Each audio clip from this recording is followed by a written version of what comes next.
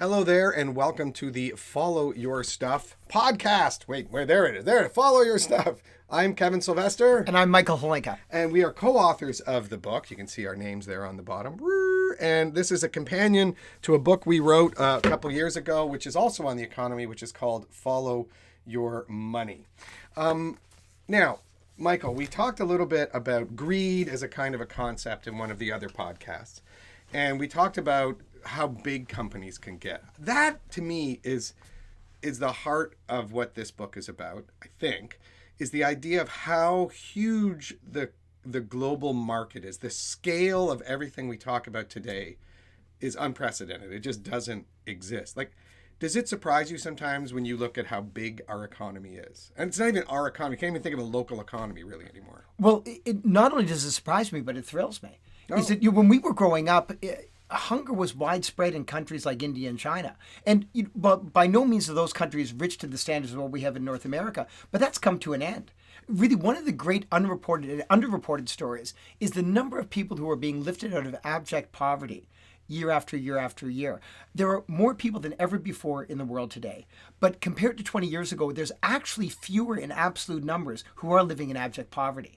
So this is part of it's sort of the yin and the yang of globalization, because at the same time that, yes, some people are getting very, very rich and there's some tremendous income inequities in the world, but the people at the very bottom, or many people at the very bottom, are doing better than they've ever done before. So they're being lifted up in a way. There's somebody, I was talking to another economist, not you, I'm sorry. Okay, I that's talk to right. other economists. Good, well, that's good.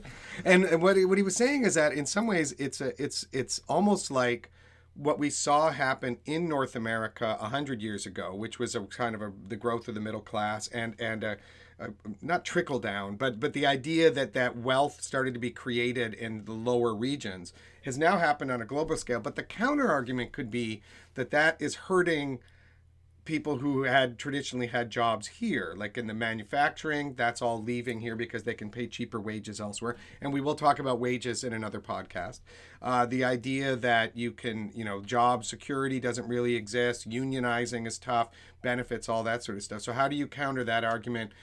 In other words, it might be going up some places, but that also means it's going down in other places. No, I think it is. I think that's a really valid argument. And so I think what the challenge is, so I think there's a couple of things that we have to look at when we're talking about this.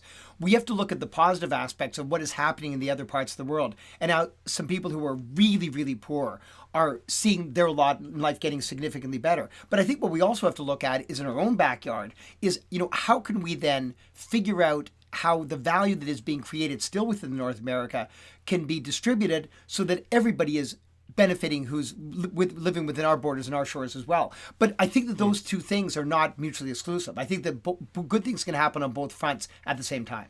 But the part of because this is one which is about scale, and in some ways we're kind of going over into the wages thing, which I want to talk about on its own.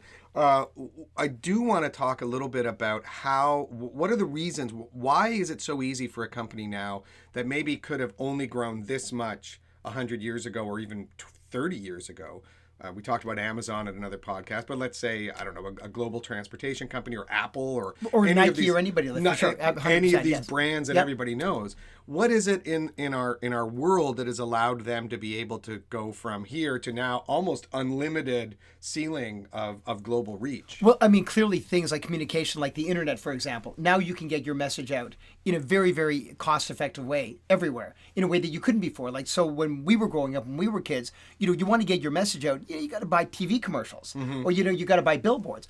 All of a sudden, now there is still, of course, some cost about advertising on the internet, but in a lot of cases there isn't cost. In a lot of cases, you can just put a video on YouTube, and then anybody from around the world with internet access, which is more and more people all the time, are able to see this or able to get this and able to really fall in love with the particular product that you're making. Okay, but also it has to do, I think, with cheap transportation costs, right? Like yes. That must be part of it. Yes, it is. Well, as the world's getting richer and richer, and it really is, the globe is getting richer and richer, proportionally transportation costs are becoming less important than they were 50 years ago, 100 years ago. Okay, explain that. Well, so it's just right now when you look at, for example, what it would have cost a normal North American family to, for example, pay for their transportation 40 or 50 years ago, it would have been much higher proportion of their overall income than it would be today.